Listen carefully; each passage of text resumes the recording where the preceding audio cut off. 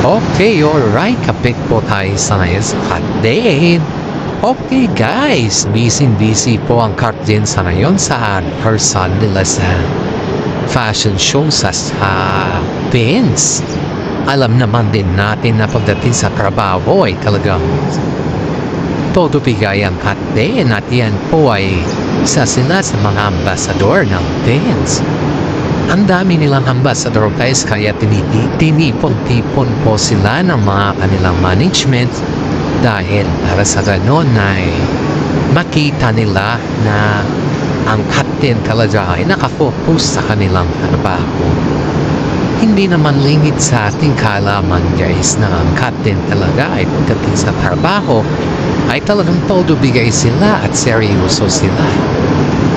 Kaya ngayon guys is naglalakan po sila sa oras patungkol sa kanilang mga rehearsal kung paano kumanta at kung ano yung kanilang style sa pagrampa. Marami naman ang mga fans sa Manitsin po ang masaya dahil nakita na naman nila ang kanilang paborito sa buhay. Walang iba kundi ang cut din. Inaabangan kasi nila ang pagrampa ng dalawa sa fashion show ng The Vince. Hindi lamang po yan guys. Sila din po ay inaapagan na naman ang kanilang bagong movie na kung saan ay may niluluto na naman na bagong movie sa dalawa. Hindi pa yan na published guys kung anong klaseng movie yung kanilang gagawin dahil ayon dito sa ating mga legit na sources ay talagang inaapangan na at mayroon na talaga silang nilulutong bagong movie sa Katbin. Kaya tayong mga fans dyan guys ay aba-abang na tayo dahil alam naman din natin sa kabila ng lahat nito ay alam natin sa kabila ng lahat nito guys ay tayo po ay suportado or napakaloyal natin sa atin. Kaya nga po guys yung sinasabi nila na si Alden na ay nagkikip up na kay Katrin Bernardo ay walang katotohanan yun guys.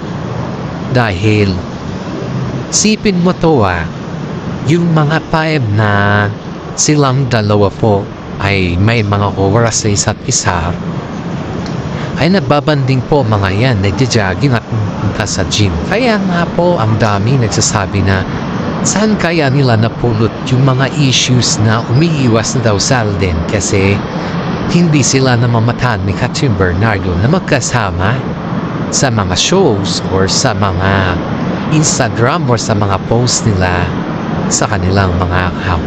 Hindi naman yan yung para sa akin guys, hindi naman yan yung sukatan sa pagmamahal kung nag-post ka man or kung ano man dyan ay hindi naman yan yung sukatan. Ang sukatan talaga sa pagmamahal ay yung talagang protektado ka or yung maalaga ka at alam mo kahit malayo ka man sa kanya ay nandun pa rin yung respeto sa iyo bilang isang partner niya or katandem niya. Dahil ang pagmamahal po ay pag nire-respeto mo, may some decision ka at napaka-gentleman ka sa kanya, iyan po yung tinatawag na pagmamahal. Hindi po yung hindi ka kasama sa picture o wala kang update sa soulmate, wala na kayo, umiiwas ka na, hindi po sa ganun guys. Kaya nga po, madaming mga netizen dito ang nagsasabi na porte daw hindi na sila magkasama sa soulmate ba sa picture sa mga Instagram ay hindi na daw sila umiiwas na daw sa atin. Pero that's not true guys, walang ganun na basis. Yan ay ginagawa lamang po yung mga ibang tao yan dahil gusto nilang patunayan sa kanilang mga sarili na sila po ay gumagawa ng sarili ng balita tungkol sa atin. Siguro guys ay namimiss lang nila yung palagi silang nagbabanding at may mga halong mga pictures sila sa Instagram. Pero as of now kasi guys, intindihin din natin sila kasi makaiba po sila ng network. May mga time din po na busy si Alden at may mga time din po na busy din si Katrin. Kaya may mga time din talaga na yung kasama nila lang, yung mga barkada nila lang yung nasa post nila. And of course, iniintindi natin yan dahil namakaiba sila ng management at saka network. At sa ngayon guys ay apektado yung mga Katniel sa kanilang dalawa dahil ang Katniel fans kasi sa ngayon guys ay pinipilit na inuugnay si Daniel kay Catherine. Siyempre, kahit naman siguro pinipilit ng iugnay si Daniel kay Catherine guys ay alam naman natin yung katotohanan sa kanila. Hindi naman tayo bato or hindi naman tayo kung ano-ano lang dyan. Dahil isipin mo kung ganun yung gagawin natin sa kanila, di tayo din yung mawawala, di ba? Mawalan tayo ng loyalty. Kaya tayo dito guys is huwag tayong maging abusado ba? Kung si Catherine Bernardo ay irespeto natin yung kanyang decision dahil si Catherine naman po siya po yung makipagsama or makisama sa dalawa, hindi po tayo. Kaya po yung mga Katniel dyan ay kahit anong sabihin ninyo or ibato ninyo sa Katniel ay wala nang impact yan kundi mag-iingay lang kayo sa sokmed. Hanggat gusto nyo kasi may batas naman tayo na free po ang opinion sa isa. Di po yan pinagbabawal. Kung kinakailangan mag-ingay kayo, di mag-ingay lang kayo. Free lang po. Huwag mo masyadong abusado. Ang daming mga netizen po ang nagsasabi na napakaswerte ng Katniel sa ngayong taon na to dahil simulat sa hapon nabibigyan na po sila ng oportunidad na ini-embrace nila yung kanilang kaugnayan. Ini-embrace nila yung kanilang mga audience sa mga nakikita ng mga audience sa kanila. Even though aminin man nila or hindi, nandun na yung actual na panatsan. Concern po tayo sa Katniel dahil sa mga shoes pa lang nila guys ay may niluluto na sila. Ayon dito sa ating mga legit na sources ay patapusin daw muna yung kanilang movie at kung ano daw yung maging resulta ng kanilang movie ay gagawa ulit sila ng collaboration at yan po ay sobrang abang-abang na ng mga Katniel fans dahil excited na naman tayo na makinig or mapanood silang dalawa na may collaboration. Diyan na actual po guys ay nararamdaman natin na comfortable ang isa't isa sa kanila. Comfortable din ang mga fans sa kanila at higit sa lahat ay mahal sila ng mga fans. Napapatunayan natin kasi dito guys na porque hindi na sila magkasama sa picture ay umiiwas na daw. Hindi ba pwedeng talagang sobrang busy lang silang dalawa? And of course, sa mga iba dyan guys ay naiintindihan naman nila ang kanilang sitwasyon. At the same time naman, sana lahat tayo ay nakakaintindi or unawain natin yung kanilang sitwasyon.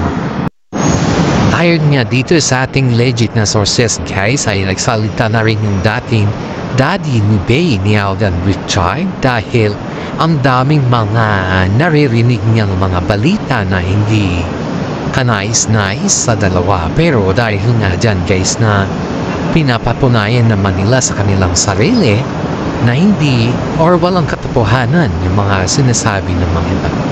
Of course guys, isipin natin dito na sila ay napakabuting tao dahil binabahagi talaga nila yung ano yung katotohanan. Dahil dito guys ay maraming naging simpatya or yung simpatya ay pumunta sa Katniel dahil lahat ng mga tao dito ay nag-aabang na sa Katniel. Si Daniel Padilla naman ay bumuelta dahil nga ang sabi ni Daniel kahit 12 years lang daw wala man lang daw pinakita na concern si Catherine sa kanya. Noong naghiwalay na daw sila guys is parang hangin na lang daw si Daniel sa kanya. Kumbaga is mas pinaboran niya yung love team nila ni Alden Richard compared daw sa 12 years niya. Sa totoo lang may comment po tayo dito ng isa nating isang fans ng Katniel patungkol sa message si Daniel na kung saan ay binaliwala mo kasi siya noon DJ kaya ngayon ikaw na yung mag-usap.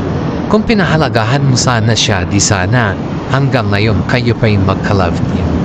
Hindi naman kasalanan ni Catherine yan or si Kat na umiiwas siya sa'yo dahil nandyan na si Alden kundi gusto lang talaga niya mapag-isa at gusto niyang panindigan yung kanyang desisyon na hanggat kailangan or hanggat maaari ay wag muna siyang guluhin.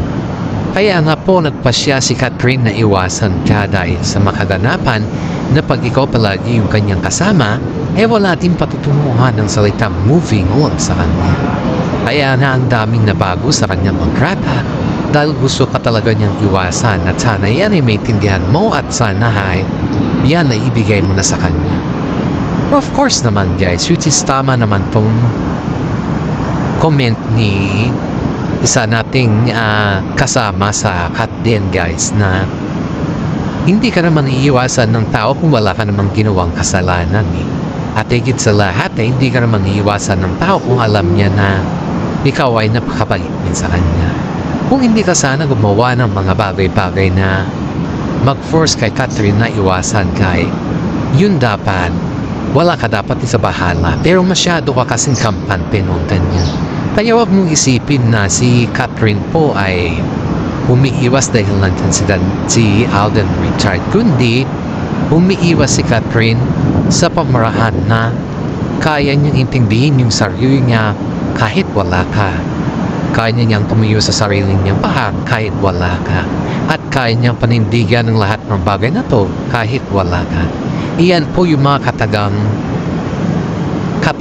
gustong sabihin ni Catherine sa'yo. Kaso nga lang, ayaw niya na kasi makipag-usap sa'yo dahil niya hindi mahirap sa kanyang gawin yan.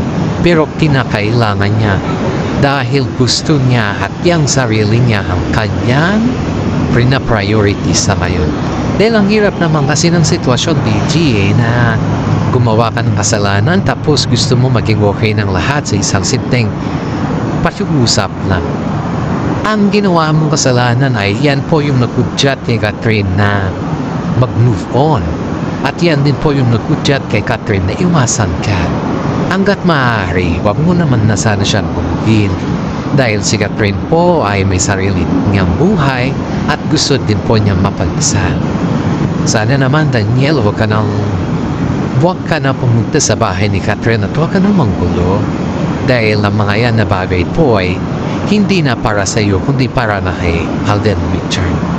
Kaya nga po ang sabi ni Alden Richard kay Daniel na let Catherine choose which is the best. Kung sino yung best sa ating dalawa. Kasi nga, si Catherine lang naman makapag-decision dyan kung sino sa atin ang gusto niya. At hindi ko naman siya pwede i-force dahil wala naman ako karapatan na i-force siya sa ganyan na bagay. At ang masasabi ko lang ay protektahan mo pa rin si Catherine kahit wala na siya sa'yo. Ang paalala lang po ni Alden kay Daniel Padilla na hanggat maaari ay wag muna siyang manggulo dahil hindi naman sa panggugulo ang makakaayos sa lahat kundi may tamang panahon. There is always a time for everything. Hindi pa siguro tamang panahon para makipag-usap si Daniel Padilla kay Catherine kasi nga po fresh pa yung nangyari. Kahit naman sino guys, kahit ikaw or kahit sino sa ating dito pag ganun yung sitwasyon, you can stand. May prinsipyo ka at ang hirap mag-move on sa ganun na lagay. Kaya nga ang daming nagsasabi na yung mga tsansa na ibibigay ni Daniel kay Catherine ay yung ibibigay pala ni Catherine kay Daniel ay binaliwala lang ni Daniel yun. Mabuso kasi si Daniel guys. Ang iniisip niya kasi yan ayon dito sa ating legit na sources ay total nagtagal naman kami ng 12 years at wala naman niya pupuntahan kasi pabalik pa rin sa akin niya. What is 12 years compared sa bago lang niyang kilala, di ba? Ako kilala niya na samantala yan si Alden Richard hindi pa niya kilala ng buong buo. Aba malay mo lang, baka hanggang lang yan sa shows at after na kanilang movie, wala na yan. Iyan yung katagang mga binibitawan kasi ni Daniel Padilla pag siya'y naglalasing. Guys, pag lasing na lasing niya, kasama niya yung kanyang mga kaibigan, ay nagbibitaw siya ng mga salita na hindi naman dapat niyang gawin yun. Kasi yung mga salita na yun ay nakakasira din kay Catherine Bernardo. Pero hindi nga kasi iniintindi yun, guys, pag siya'y naglalasing na or lasing na. Halos panay ng bitaw niya ng salita, hindi niya alam na may mga kasama din siya na naging barkada ni Catherine na masyadong close din kay Catherine. Hindi niyan po iniisip, guys, kasi ang siniisip lang niya ngayon ay kung paano daw niya dalhin si Catherine. Ang hirap ng sitwasyon ni Catherine, guys, kasi kahit anong gawin naman ni Catherine, guys, ay nanggugulo pa rin si Daniel Padilla. Kaya ang sabi ni Mami Min kay Alden Richard ay bantayan mo si Catherine kasi ayaw kong makulit ang kanyang naranasan kay Daniel Padilla. At napaka-gentleman naman ni Daniel na ni Alden Richard kay Catherine, kaya sinunod niya po yung ganun na taktika ni Mami Min sa kanya. Kaya nga po, guys, hanga po kay Daniel kasi nga po kung magsabi ka ng salita sa kanya ay talagang priority niyan. Yan po yung message ni Mami Min kay Alden Richard po. Kasi si Alden Richard, guys, ay kapag nagsabi ka sa kanya or nag-uusap pa, that's mean that Alden Richard ay priority niya yan. Hindi kagaya ni Dan, yan na sa hanggang lang sa kamera siya. Kaya isip-isip muna tayo dito, guys. Dahil yung mga pabor kay Daniel ay hindi ko na alam, pero pabor pa rin ako kay Alden Richard. Kaya Alden Richard, please alagaan mo si Catherine kahit anong mangyari. Sana nandiyan ka lang para sa kanya. At hanggang dito na lang po yung ating YouTube channel or update natin patungkol sa Hot 10. Sana naman paki-like, share, at comment naman po. Maraming salamat at God bless po sa ating lahat.